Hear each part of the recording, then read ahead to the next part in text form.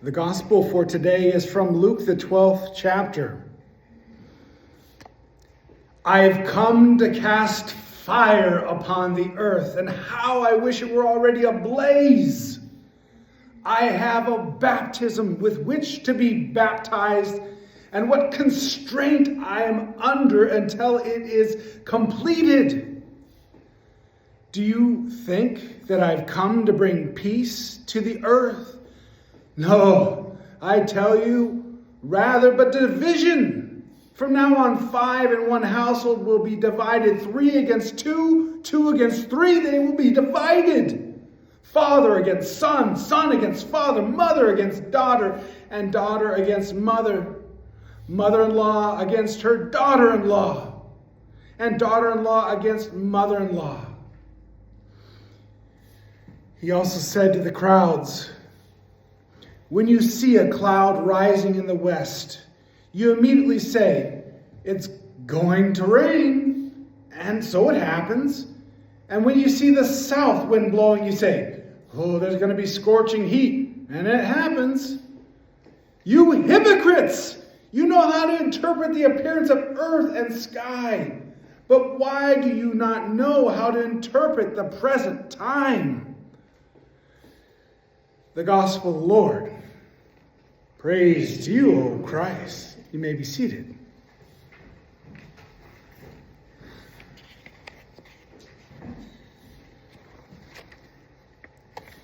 Jesus says, and what constraint I'm under. It says what stress I'm under in another translation. Even Jesus got stressed out. What could be so stressful for Jesus?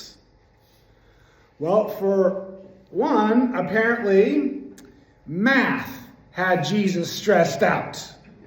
Well, he says it's rather about division. He says they will be divided. 5 against 2, 2 against 3, 2 against... They will be divided. I get it, Jesus. Long divisions stress me out too. All the stuff that divides humanity. So stressful. So much negativity. Subtracting from all the good that is possible. Jesus says humanity is divided against itself.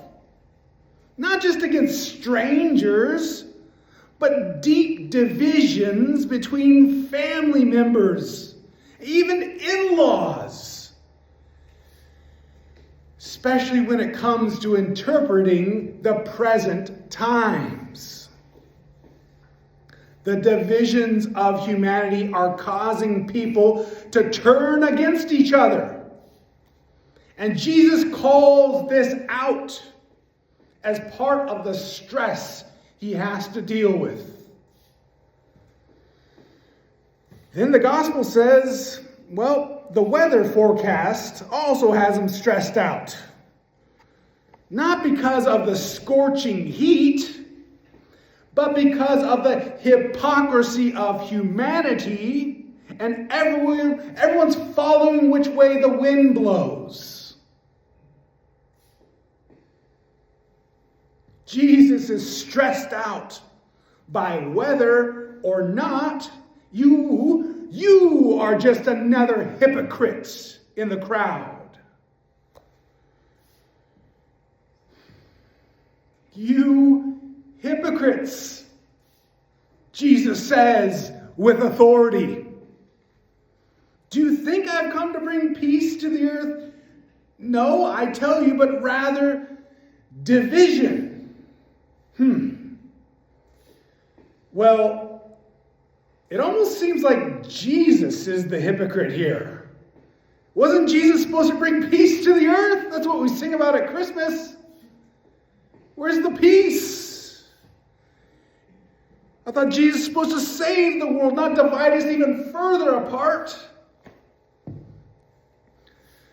Well, the death of Jesus exposes the deep divisions between the ancient families of faith rooted in Abraham and his many generations of not so perfect examples. But it is truly the resurrection, the life of resurrection, which creates the peace. The death of Christ creates the divisions that were already there, exposes them, but it is finally the resurrection that we trust in, that we have faith in, the resurrection of Christ that brings the peace that the earth needs. The eternal peace that Jesus is known for bringing. One of the problems is that sin divides not only the relationships we have between people, but sin becomes its division between us and God, God's self. Sin separates us from God. And we learn to live with sin and division in our lives. And Jesus promises us that we can learn to live with divisions between people's rights and wrongs without having to escalate the rhetoric into all or nothing. No, it's them. No, it's not them. It is us in the world, creating divisions. And Jesus says we don't have to escalate it to all or nothing. We can de-escalate divisions from accusations and anger, and instead interpreting other people's actions with consideration, with careful listening. And Jesus ultimately connects us to God. We were separated from God. We were divided by sin. Jesus connects us to God through baptism, through other means of grace. But we are reminded by this saying, divided we fall. Yet as Christians, we get up again.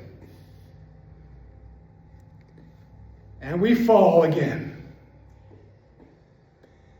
And we get up again.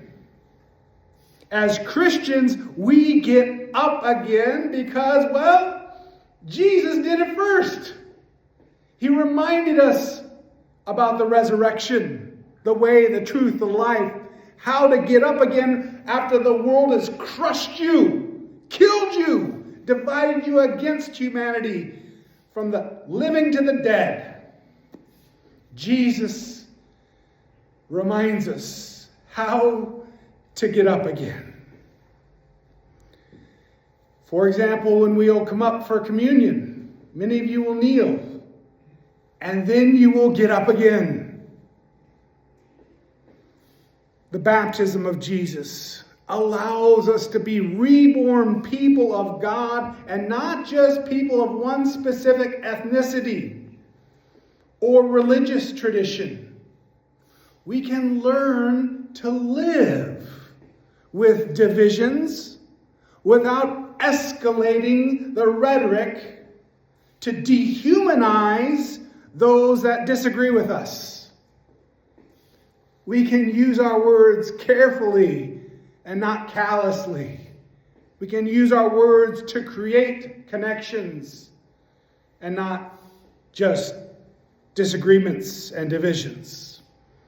Divisions don't have to separate us or fully define us. They don't have to confine us to a single worldview that fits so compact that we can finally remember something. We don't have to reduce our lives to being on one side or the other. When Jesus returns in the resurrection, his words are peace. Peace I give to you. It turns out that Jesus knows how sin can tear us apart, can divide what we want to do from what we need to do from what we're actually doing. Jesus understands how sin tears people apart. And even he suffers the violence of divisive separatists in his own religion and the politics of his day. And yet Jesus is committed to peace.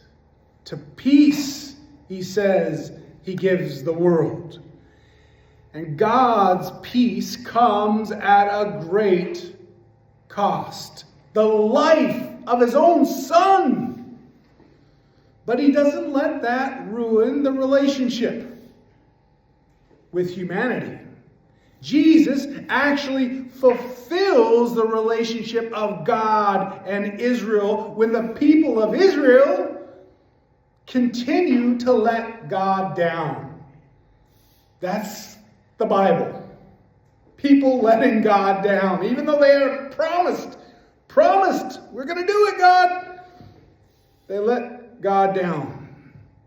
So Jesus is able to fulfill the relationship, bringing God and people again together. Jesus steps in. And not only does he do the job that Israel was supposed to do, he takes a beating for doing it too good. Being so good at the good things that God desires. Jesus gets a beat down. He gets put in a grave by the religion and the politics of his day. But by God, he gets up again. May we rise with Jesus also above the contention, the separation, the division. May we rise with Jesus. Rise to the occasion with truth, honor, and peace. May we lift our hearts as we rise again to now sing our hymn of the day. Please rise, because our hope is built on nothing less than Jesus' blood and righteousness. Amen.